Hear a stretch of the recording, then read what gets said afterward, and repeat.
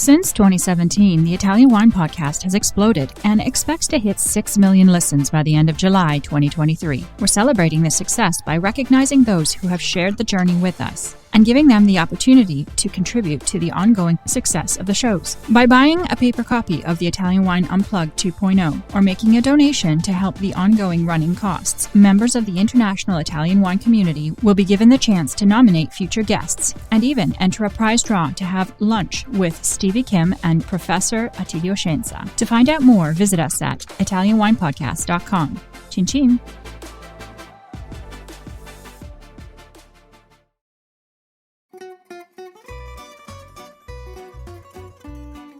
Welcome to Wine, Food and Travel with me, Marc Millon, on Italian Wine Podcast. Listen in as we journey to some of Italy's most beautiful places in the company of those who know them best, the families who grow grapes and make fabulous wines. Through their stories, we will learn not just about their wines, but also about their ways of life, the local and regional foods and specialities that pair naturally with their wines, and the most beautiful places to visit. We have a wonderful journey of discovery ahead of us, and I hope you will join me.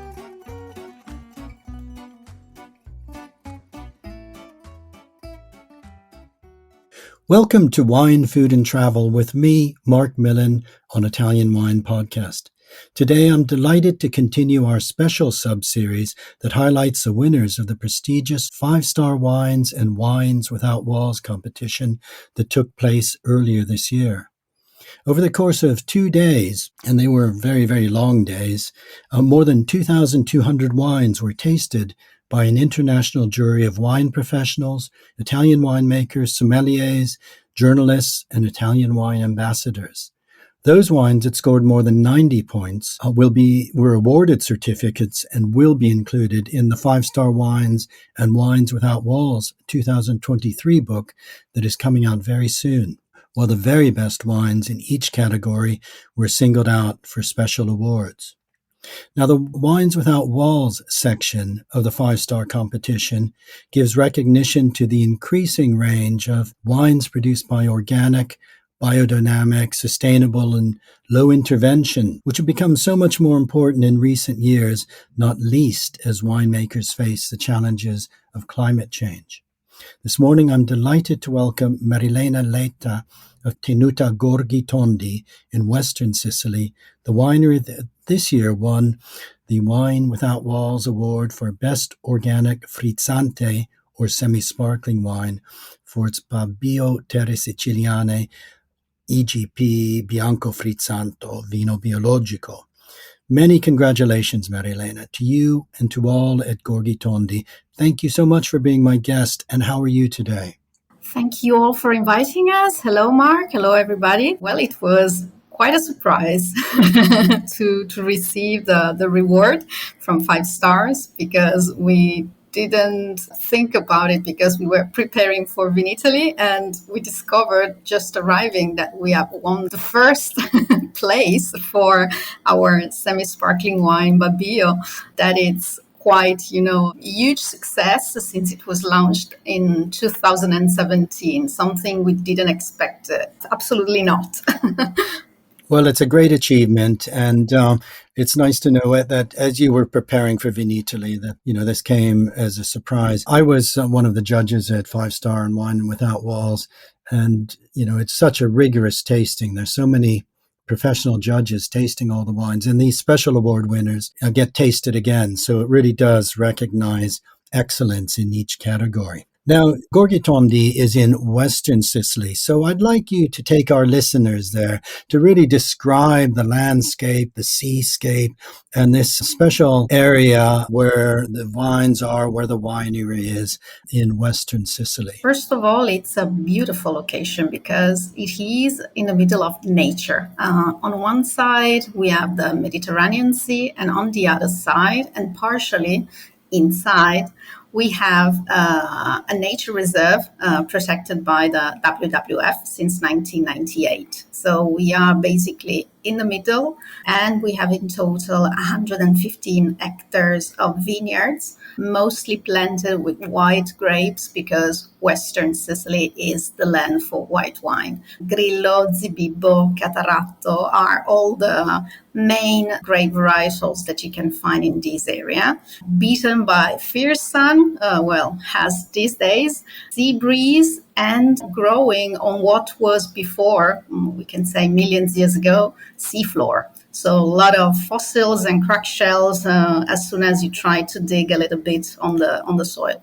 Okay, so we're in Western Sicily in the midst of a natural reserve, and that's very important for Gorghi Tondi, isn't it? This link with nature and with producing very natural wines. Tell us a little bit about the history of the estate and how it's being run today. Well, the story of the estate dates back 100 years ago when the great-grandmother of the current owner, Annamaria and Clara Sala, decided to purchase the part of vineyards that is today our vineyards, 115, 130 hectares, more or less, in an area that was absolutely delightful for the best production of white grapes at that time for the production of Marsala wine. So there were no estate, no cellar at that moment. And probably the great-grandmother Dora today would be impressed of seeing not just the cellar, but that the area she purchased for vineyards has turned in the 80s into a nature reserve. This means that at the beginning of the 20th century, the winery was led by women. And of course, at the beginning of the 20th century was something, not so common, especially in a region of the south of Italy, such as Sicily. And this has always been a feminine business. So today there are the two sisters, Annamaria and Clara. And since the beginning, being surrounded by all these nature beauties, they wanted to maintain, to preserve, and to work within nature, starting since the beginning. The Gorghi Tondi name comes from the name of the nature reserve, that is Lake Preola and Gorghi Tondi. The Gorghi Tondi are three little karst lakes created mostly due to erosion. So basically the thin floor crumbled down and today is filled with water. So this humid area today represents something very, very important for migration birds and for a lot of more species living in this territory. So this is nature preserved. And inside of it, we have 35 hectares. So 10% of the nature reserve is the property of the estate today. And since 2016, we can say that all we do inside of the area is certified organic. We worked organically before, but in 2016, we got the certification, telling everybody that we were certified. Italian Wine Podcast. If you think you love wine as much as we do, then give us a like and a follow anywhere you get your pods.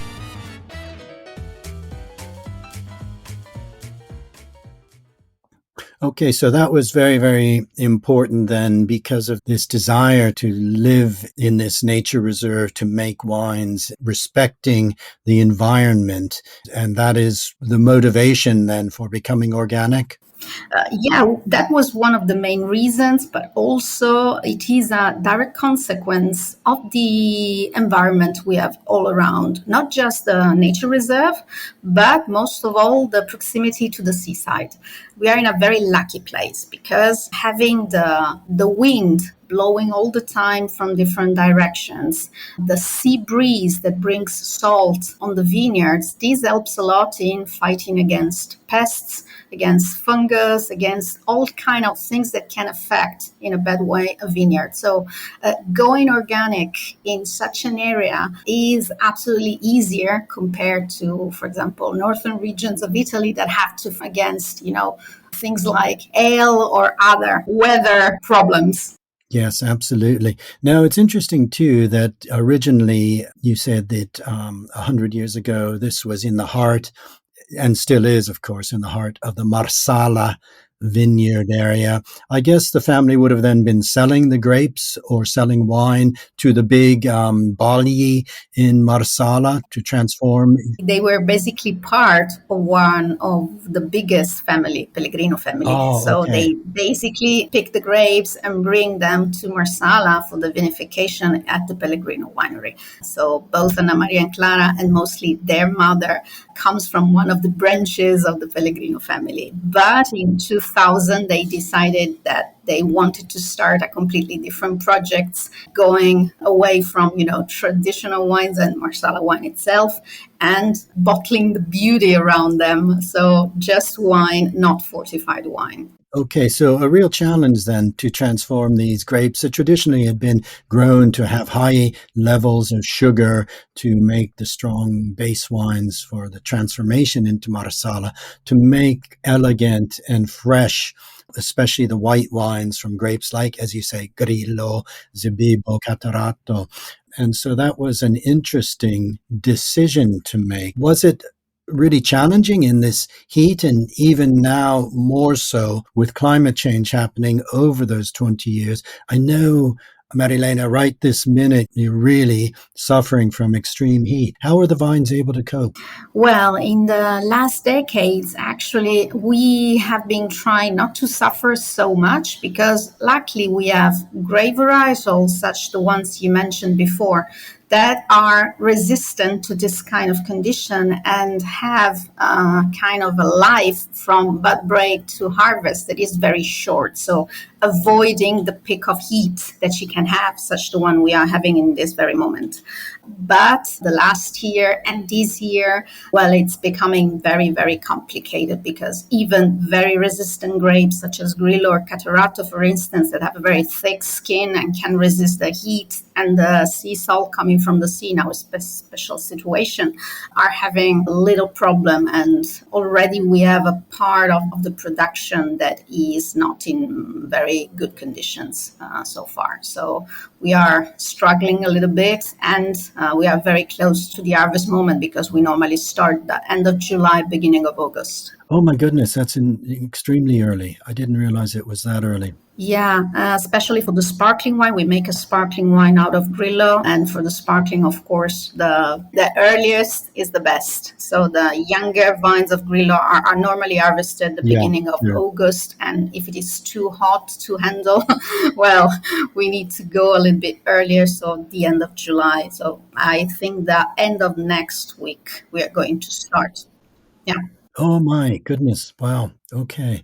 Well, I know Gorghi Tondi wines myself. I traveled to Western Sicily and have loved them and enjoyed them, and that a full range is produced from sparkling through the still wines, the Frizzante, of course, which we'll talk about in a minute, the still whites, the Rosato, the Nero d'Avola, and also the Passito.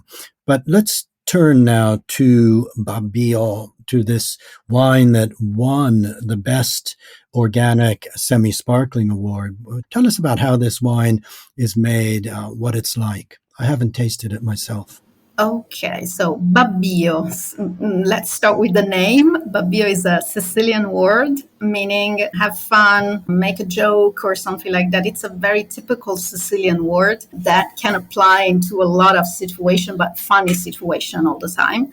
And it contains the word bio, B-I-O, so biologico, organic. So this was the beginning of everything. It was a brainstorming among colleagues here at the winery, and the name came up like this. And it was also the mood for this wine. So something funny, something easy to drink, but most of all, something easy to understand, even for people that are not used to drink wine because they normally drink beer, for example.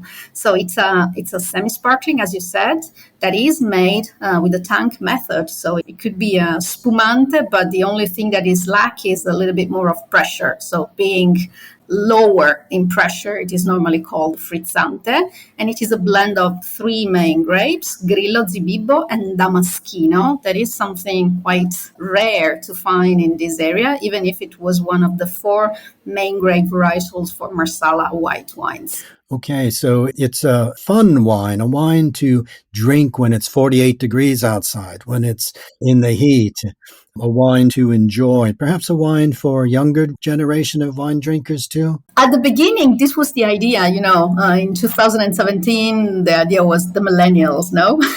So that was the target we thought about for that wine. But actually, it is more versatile than that. It can be the wine for anyone, from those that barely drink to those that are absolutely, enos chic, as we call them, that don't want to, taste something complicated or too brainy, and they decided to drink something easy just to relax. So basically is a wine that can go very well with everything and with everyone, every taste. Okay, well, that sounds perfect. I can see why it was very popular with our judges too. Now, Grillo, you've mentioned, this is the great grape of Western Sicily.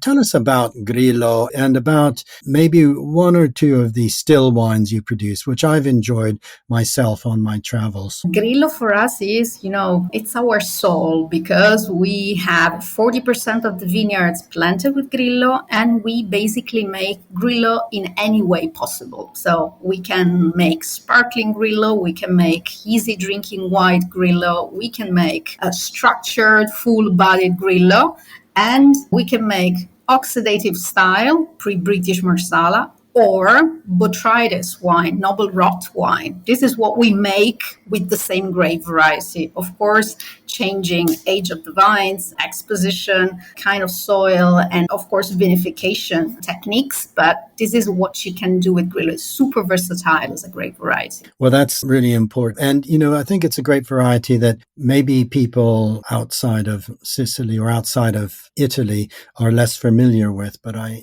always urge people to try and discover Grillo. It's certainly one of my favorites. I really do think it can produce, as you say, such varied and wonderful wines. Wines that go well with the gastronomy of Sicily, with the gastronomy of Western Sicily. Can we turn now just to talking about a little bit about the foods that pair well with the Gorghi Tondi wines, particularly the foods of Western Sicily? The food of Western Sicily has a big influence from the Arabians. So in Mazzara del Vallo, where we are, there is this community of Tunisians sharing their lives and sharing their spaces and sharing their tradition and cuisine with the Sicilians. So basically, we live in a city that is a living melting pot. And the cuisine of the Western Sicily area is absolutely a mix of Arabian traditions and recipes, such as couscous. Couscous is probably the main dish that represents this union. It's, of course, a fish couscous, because Mazzara del Vallo is also known for its fishing fleet, one of the biggest in Italy. And one of the jewel of the fishermen of the area is the red prawn from Mazzara del Vallo. So the Grillo is absolutely perfect with this combination of flavor. Grillo is a neutral grape variety, also not so aromatic, and it has a very nice crispness and acidity and a good structure. So with dishes rich in fish and soup, such as a couscous, pairs perfectly well. Okay, so you've mentioned that Mazzara del Valle, this important fishing port, still has this large community from Tunisia. But of course, the Arab influence dates back much, much earlier to the time when Sicily was controlled by the Arabs until the time of the Normans. So I guess foods and flavors and taste memories really go back a long time, particularly in Western Sicily, where the food's quite different from Eastern Sicily, for example, isn't it? Yeah, absolutely. Well, one of the main dishes that is probably known everywhere, so Sicily, is cassata, but cassata is something that the Arabians brought us. And it is mostly a dish of Western Sicily, even if today you can find it everywhere. The cassat was the container where this kind of pastry was made. Let's call it an ancient cheesecake, if you want, because it's made with ricotta cheese. And the cassate was absolutely the container with that shape that you can see today, decorated with all that candied fruits and everything. But at the beginning, it was very simple. It was just really a cake, just filled with ricotta, and you flick down the container and you had that shape that is the actual shape of cassata cake. Oh, I didn't know that. And of course, those beautiful candied fruits, also remembering that it was the Arabs who brought citrus fruit to Sicily and irrigation and so many innovations that really enriched the foods of Sicily, and which is why I think the food in Sicily is certainly some of the most exciting anywhere in the country. Absolutely. You mentioned this wonderful product of shellfish of Mazara, the gambero rosso, the red prawn. Now, that is something very special. It really seems to be only caught and landed in Mazara. Is that right? And yet it will be sent. I mean, I've had the red prawns in 3-star Michelin restaurants in northern Italy, always coming from Mazara. And, it's a really special. Yeah, it's a super rich shellfish, and you can have it in different size. The bigger one, it's no more a prawn, it's something gigantic. It's fished near the coast of Sicily, but basically the area where you can fish is very close to the Greek islands. So you can reach up to that area, and the fishermen stay out for 1 month fishing them and then bringing them back in Mazara. So basically it is called like this, but it is a Mediterranean prawn, actually. Okay. And the unusual thing is that it's red even when it's crudo, when it's raw. Correct. And it is very, very fat, being a shellfish. So basically, with the bigger ones, you can really taste something that is more like meat and not fish, because it's so rich in fat, and you can absolutely pair it with super structured white wines or even sparkling wines, because you can really clean this fattiness that you have in your mouth when you have it even raw. So cooked, it loses a little bit of this fat, but raw is probably the best way to have it, to savor it. Okay. Yes, I've had that wonderful prawn raw.